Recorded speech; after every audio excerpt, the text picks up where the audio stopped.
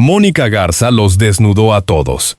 No en sentido figurado, no como metáfora periodística, sino de forma literal y documentada frente a miles de televidentes.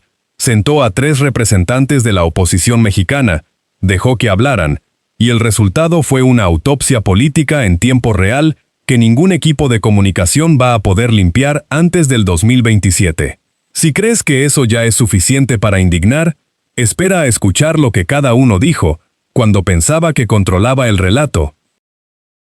Lo que ocurrió en ese estudio de TV Azteca no fue producto de una trampa tendida por nadie externo al grupo. Fue el resultado de algo mucho más grave.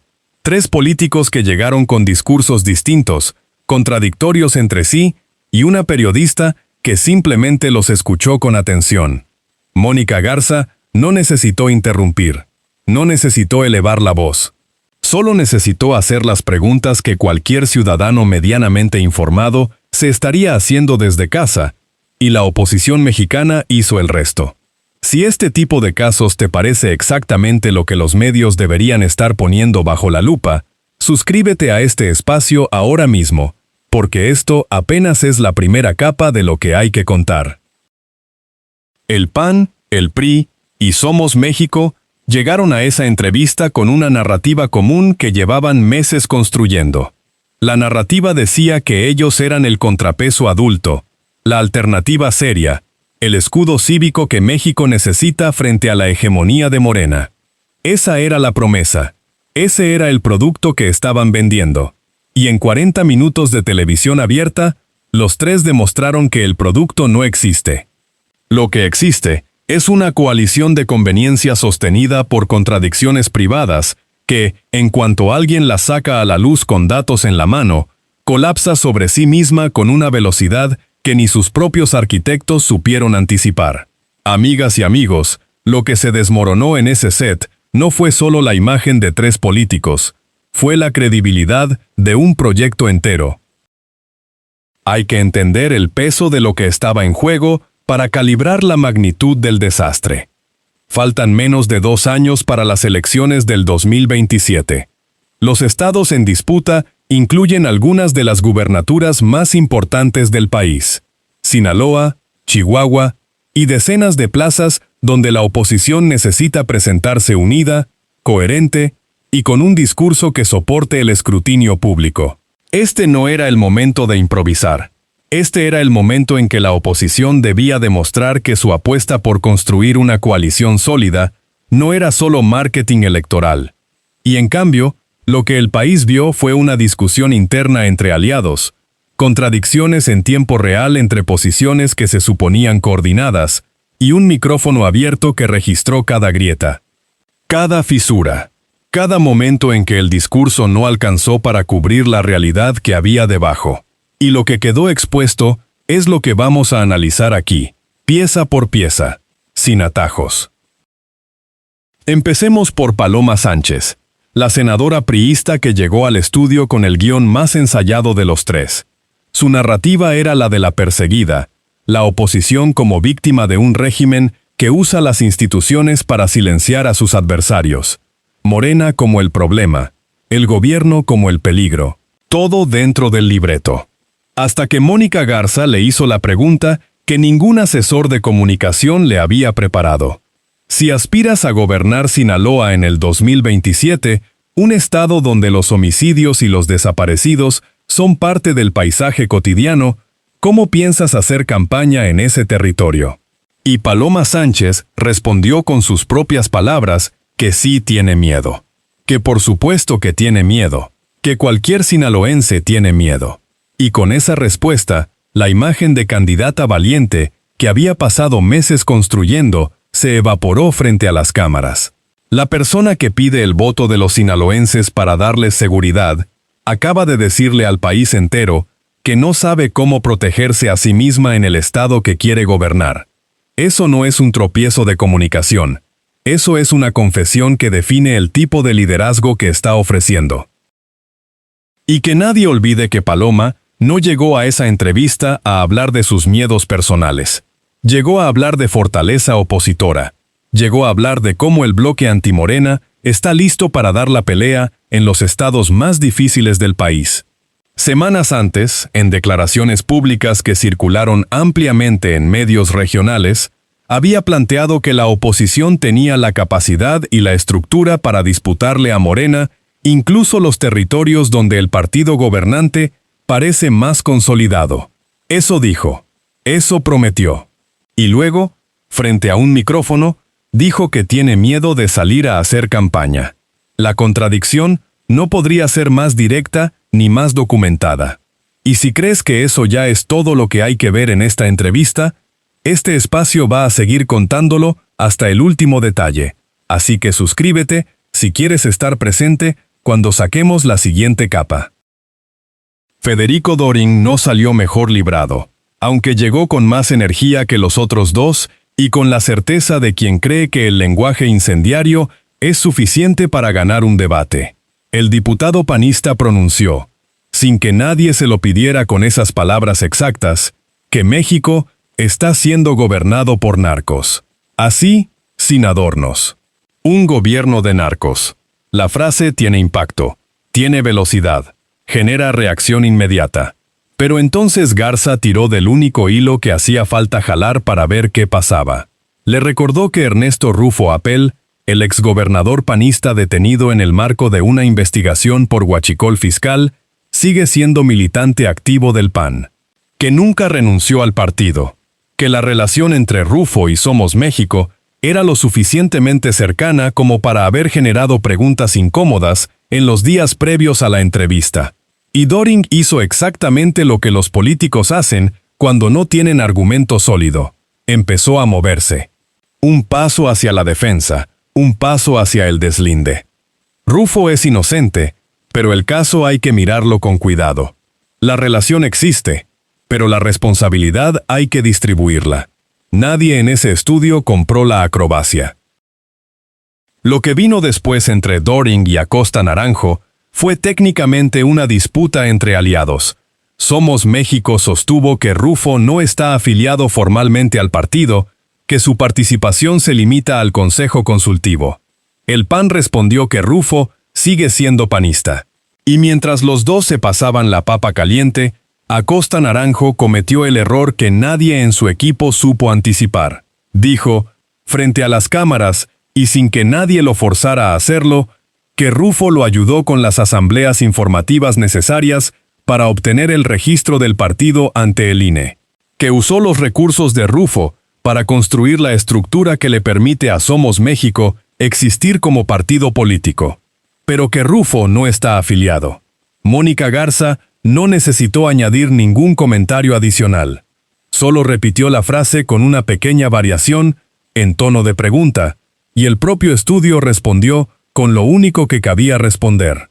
La formulación no requiere explicación adicional. Me ayudó con sus recursos para construir el partido, pero no está afiliado. Con esa sola declaración, Acosta Naranjo firmó el acta de defunción de la narrativa que Somos México había construido durante meses como alternativa moral a los partidos tradicionales. Como bien lo sabes, hay cosas que no se pueden desmentir una vez que están en el registro público. Esto es una de ellas. Antes de seguir, suscríbete a este espacio para no perderte la próxima vez que alguien así se quede sin máscara en vivo. Pero hay algo más debajo de todo esto, algo que la cobertura posterior a la entrevista no colocó en el centro de la conversación con la claridad que merece. Acosta Naranjo no solo admitió el vínculo financiero con Rufo en términos de infraestructura partidista. Reveló, sin que nadie se lo pidiera, que fue él personalmente quien aconsejó a la hija de Rufo Apel que se acercara a la Embajada de los Estados Unidos para solicitar protección diplomática tanto para ella como para su padre, en el contexto del proceso judicial que se estaba desarrollando en México. Él mismo. La misma persona que lleva meses construyendo su discurso sobre soberanía nacional, sobre la necesidad de que México maneje sus procesos judiciales sin interferencia extranjera, sobre el peligro de que actores externos metan las manos en los asuntos internos del país. Ese mismo hombre, con esa misma boca, aconsejó activar los mecanismos diplomáticos de Washington para intervenir en un proceso judicial mexicano.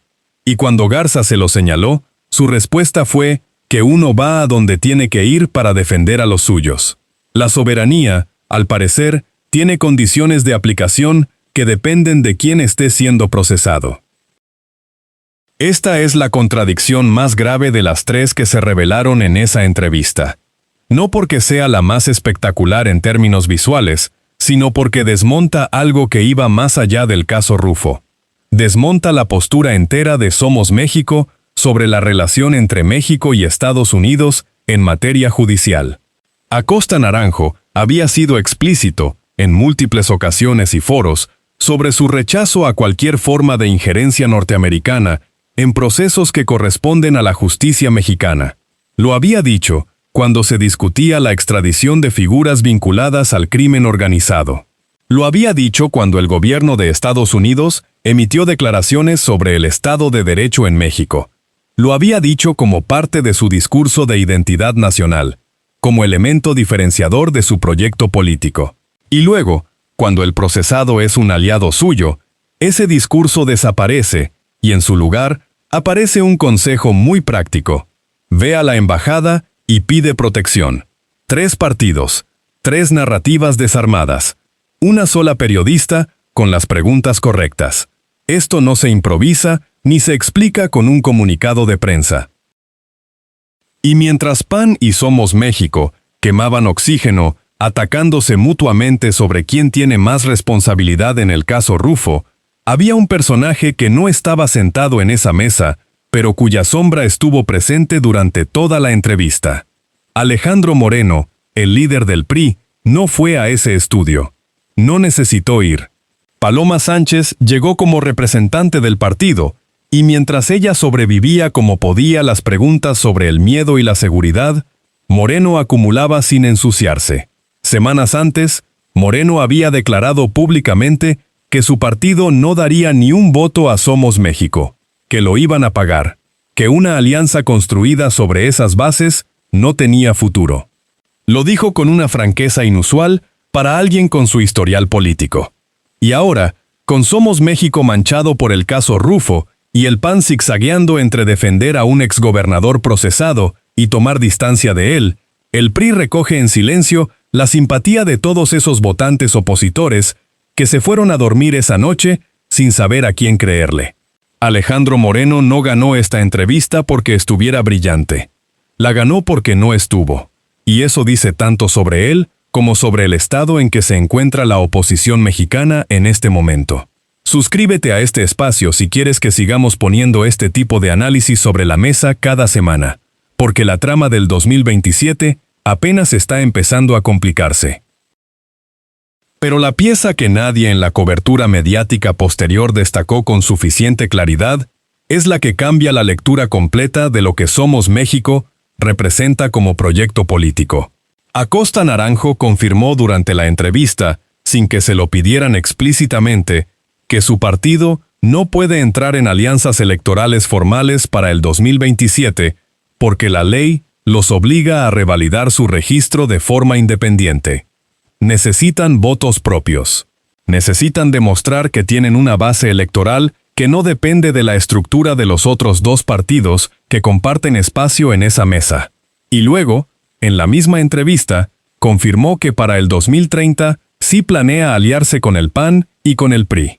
Lo dijo con esas palabras: quien me llame, ahí vamos a estar. Lo que Somos México presentó al país durante meses como una tercera vía genuina, como un proyecto con identidad propia y diferenciada de los partidos del pasado, acaba de admitir frente a las cámaras que es un satélite de espera. Un partido que existe para sobrevivir el 2027, de forma autónoma, por obligación legal, y para pactar en el 2030 con exactamente los mismos actores que hoy critica públicamente. No es una inferencia, no es una lectura entre líneas, es lo que dijo el propio líder del partido en televisión abierta. Y eso, mis amigos, es lo que el electorado opositor va a tener que decidir si está dispuesto a financiar con su voto, un proyecto que reconoce en vivo que su horizonte es disolverse en la misma coalición que lleva meses presentando como parte del problema. Hay un detalle adicional que completa el cuadro y que resulta especialmente revelador cuando se coloca junto a todo lo anterior. Acosta Naranjo llegó a esa entrevista con la narrativa de la valentía como eje central de su discurso. Lo dijo con claridad y sin que nadie se lo sugiriera. Lo que me ensuciaría no es defender a Ernesto. Lo que me ensuciaría es abandonarlo, actuar con cobardía. Esa fue su declaración. La valentía como principio político. La lealtad como virtud que lo distingue. Y fue exactamente esa valentía declarada la que lo llevó a confesar en vivo que construyó su partido con los recursos de un hombre procesado por desvío de fondos públicos, que aconsejó activar canales diplomáticos extranjeros para frenar un proceso judicial en México, y que su plan a largo plazo es exactamente el mismo que los otros dos partidos en esa mesa también tienen: sobrevivir el ciclo electoral y pactar con quien quede en pie. Todo eso, articulado como valentía. Todo eso, frente a las cámaras. Todo eso, en sus propias palabras. Suscríbete a este espacio y quédate, porque los próximos casos que vamos a exponer tienen el mismo nivel de contradicción y aquí los vamos a contar con el mismo detalle. La revelación que nadie estaba esperando, la que cierra el caso con una precisión que ningún comunicado va a poder desmentir, es esta. Los tres políticos que llegaron a ese estudio con narrativas distintas, supuestamente complementarias, terminaron la entrevista contradiciendo en público no solo a sus aliados, sino sus propias declaraciones anteriores, sus propias posturas registradas, sus propios compromisos verbales con el electorado que dicen representar. No hubo trampa, no hubo edición maliciosa, no hubo pregunta fabricada para ponerlos en aprietos, hubo datos, hubo seguimiento. Hubo la memoria periodística de alguien que había escuchado lo que cada uno dijo semanas antes y simplemente lo puso sobre la mesa. Y el resultado fue que en menos de una hora de televisión, la oposición mexicana le mostró al país que su problema no es la presión de Morena, no es la persecución del régimen, no es la falta de recursos ni la desventaja mediática. Su problema es que cuando les dan micrófono abierto y un interlocutor que hizo la tarea, no pueden sostener sus propios argumentos. Eso es lo que quedó grabado. Y eso no tiene vuelta atrás. Suscríbete a este espacio ahora mismo, porque este tipo de exposiciones es lo que seguiremos haciendo mientras haya políticos que crean que el relato aguanta cualquier cosa. Las reacciones tardaron horas en organizarse, pero llegaron con la velocidad que las redes permiten cuando hay material visual concreto que circular. Los militantes panistas empezaron a amplificar el fragmento donde Doring cuestiona la afiliación de Rufo a Somos México, intentando que el daño quedara concentrado en el partido de Acosta Naranjo. Los priistas difundieron el momento en que Paloma Sánchez habló de su miedo, pero lo enmarcaron como evidencia de honestidad y no como debilidad, en un intento por convertir la confesión en virtud. Y los seguidores de Somos México activaron la narrativa de la persecución mediática, intentando presentar la entrevista como un ataque coordinado desde los medios afines al gobierno. El problema con esa lectura es que TV Azteca no es un portal oficialista, y Mónica Garza no trabaja para Morena. Nadie en los medios independientes le regaló esa narrativa a la oposición, y el intento de construirla frente a una entrevista donde las contradicciones están en boca de los propios entrevistados, dice más sobre el estado de la estrategia comunicacional opositora que cualquier análisis externo podría decir. Mientras la hipocresía siga siendo la moneda con la que se compra credibilidad en la política mexicana, este espacio va a seguir señalándola con datos, con contexto y sin atajos. Lo que vimos en esa entrevista no fue un tropiezo, no fue un mal día. Fue un diagnóstico en tiempo real del estado en que se encuentra la oposición mexicana a menos de 2 años de las elecciones más importantes de la próxima década. Y lo más demoledor de todo, amigas y amigos, es que no lo dijimos nosotros, lo dijeron ellos, con sus palabras, frente a las cámaras, sin que nadie los obligara a nada. Eso no tiene vuelta atrás.